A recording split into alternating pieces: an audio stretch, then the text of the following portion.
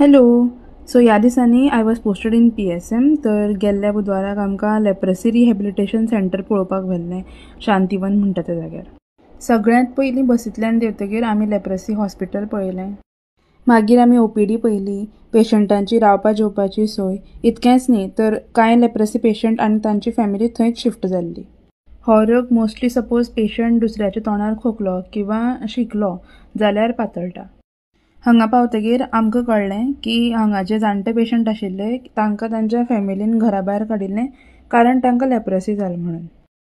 तें आयकून म्हाका खूब वायट दिसलें. पूण एक सांगपाचें म्हणल्यार लेप्रेसीन ऑलमोस्ट सगळेच लोक बरे जाता. तर तुमी कोणीच अशें वागूं नाकात.